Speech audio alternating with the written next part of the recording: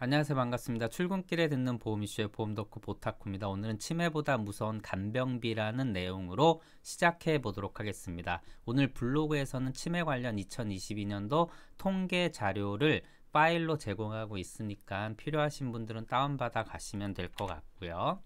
자, 이야기 시작해 보도록 하겠습니다. 해당 기사는 치매 환자가 78명이라고 하면서 2019년도 중앙치매센터의 통계 자료를 활용을 하고 있습니다.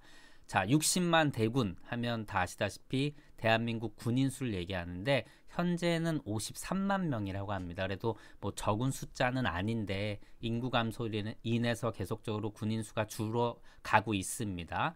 뭐 지난번에 제가 한번 대한민국 인구 구조를 얘기한 적이 있는데 그때 군인에 대한 얘기는 안 했지만 앞으로 군인 수는 엄청나게 줄어들 것이고요. 그래서 이 국방 관련해서 군인의 어떤 제도 변화라든가 뭐 우리가 흔히 얘기하는 직업군 이런 쪽으로도 아마 이제 그 많은 그 변화가 있을 것으로 보입니다. 일단 군인 수가 53명인데 2019년 기준으로 치매 병상자는 무려 78명입니다. 어마어마한 거죠. 그리고 이 인구가 어느 정도냐면 노인 인구의 10% 정도 된다.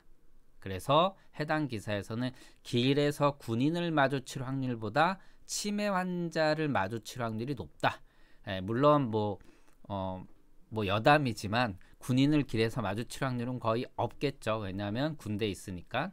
또한 치매 환자도 일반적으로 돌아다니기는 쉽지 않기 때문에 마주칠 확률은 없지만 이렇게 이제 가정을 하고 있습니다. 그만큼 치매 환자가 많다는 얘기고, 그 다음에 이제 여기서 간병비 얘기를 빼먹을 수가 없죠. 우리가 간병살인이라고 해서 뭐 아시다시피 가족이 가족을 죽이고 특히 부모가 자식을 죽이고 그 부모가 자살하는 이러한 말도 안 되는 사건들이 일어나는데 결국 이 사건이 일어나는 핵심은 뭘까요? 핵심은 돈입니다. 그분들한테 경제적인 부담이 없었다라면요, 이런 일들은 일어나지 않습니다.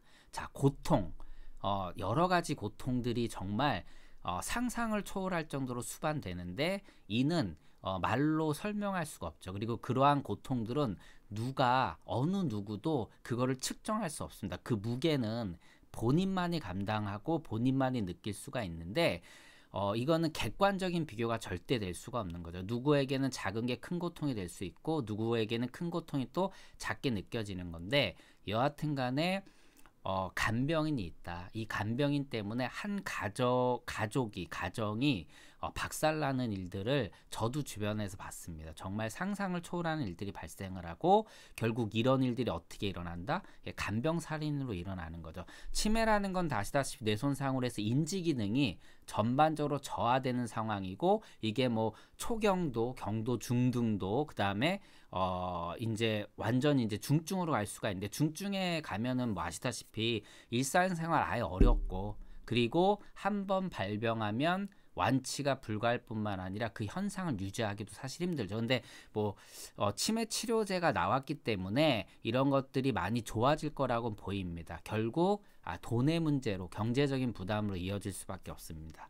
그래서 치매 환자가 집에 있는 거랑 요양시설에 보내는 거랑은 하늘과 땅 차이입니다. 뭐 이런 말을 하면 좀 안 되겠지만 행복을 좀 더 가족이 추구하려면 전문 요양시설에 입소시키는 게 굉장히 중요한 그 역할을 하는데 문제는 이제 비용 부담이죠. 그래서 결국 이러한 비용 부담을 해결할 수 있는 능력을 갖추는 게 정말 중요하다고 얘기를 합니다.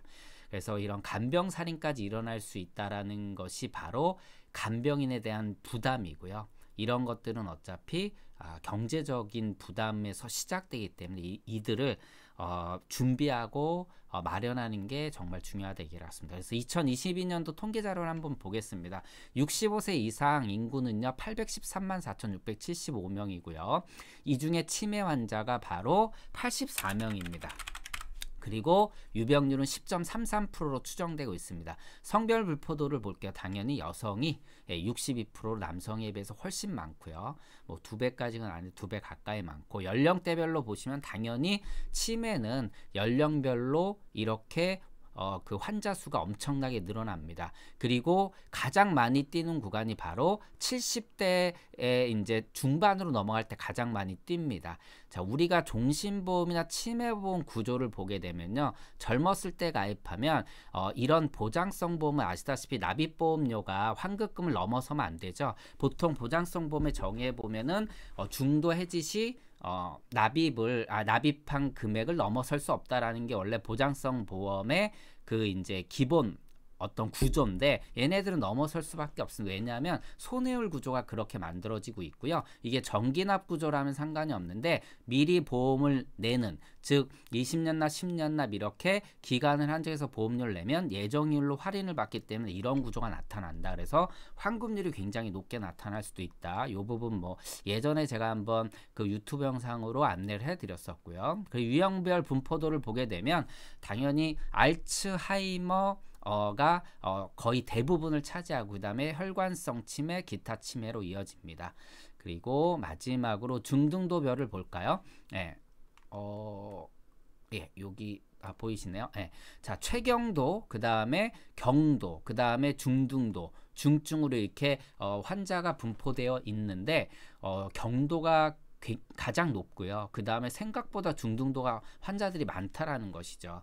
그래서 우리가 경도 치매뿐만 아니라 중등도, 중증까지도 준비를 잘 해놓을 필요가 있습니다. 뭐 아시다시피 제가 예전에 치매보험 분석해 놓은 것도 보시면 경도 치매 그 가입률에 따라서 가입 금액 한도에 따라서 이제 회사별로 뭐 장단점을 비교할 수도 있고, 그 다음에 중등도나 중증을 얼마나 주느냐에 따라서도 이걸 비교할 수 있는데, 무튼 생각보다 물론 경도가 가장 높은 비율을 차지하지만 중등도도 확률이 굉장히 높다. 그러니까 많은 비중을 차지하고 있다라고 말씀드리는 거고, 실제 이 통계 자료 아시겠지만 치매 환자가 이거보다 더 많을 겁니다. 실제로는요.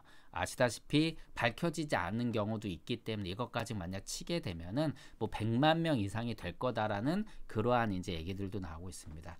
자, 치매 정말 무서운 질병이죠.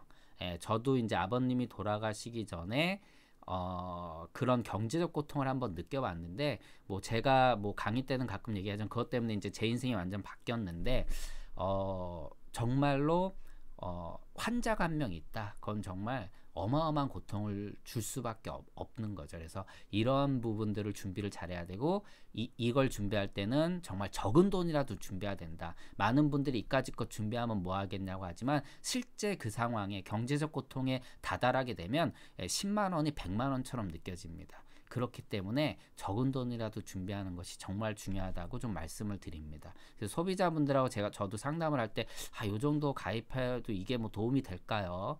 뭐 그냥 저축하는 게 나을까요? 라고 하지만 실제적으로 이게 보험 세일즈 하는 사람들이 뭐 영업을 위해서 이거 뭐 저축과 그 다음에 보험의 어떤 그 적립률을 가지고 비교하는 경우도 있는데, 그때 늘 말씀드리잖아요. 이 돈이 나중에 모아질 확률이 떨어진다. 그리고 우리가 시간이죠. 시간의 개념을 여기다 대입해야 되는 거죠. 통계라는 것은 늘 그 산술적으로 평가하게 되면은 결국 뭐 저축과 뭐 보험을 비교할 때 우리가 그 어떻게 보면 돈의 가치를 따지는데, 중요한 건 시간의 개념을 대입하고 통계를 대입하게 되면 뭐 우리가 생각보다 빠른 이러한 이제 그 사고를 접할 수 있기 때문에, 이럴 경우는 이제 보험이라는 것의 효율이 엄청나게 높아지죠. 이런 것도 이제 감안을 해야 되고, 앞서 말씀드린 것처럼 돈의 가치를, 그런 상황이 벌어지게 되면 적은 돈도 굉장히 크게 느껴진다. 돈을 빌려 보신 분들은 아시죠? 내가 돈을 빌릴 때는 정말 급박할 땐 100만 원이 1000만 원보다 더 크게 느껴질 수도 있기 때문에 이러한 부분들을 가지고 소비자랑 상담을 하시면은 좋을 것 같습니다. 오늘은 제가 기사 내용과 조금 다른 그냥 영업 관련 얘기들을 원래 잘 안 하는데 이렇게 생각난 김에 좀 몇 마디 더 던졌습니다. 좋은 하루 되세요.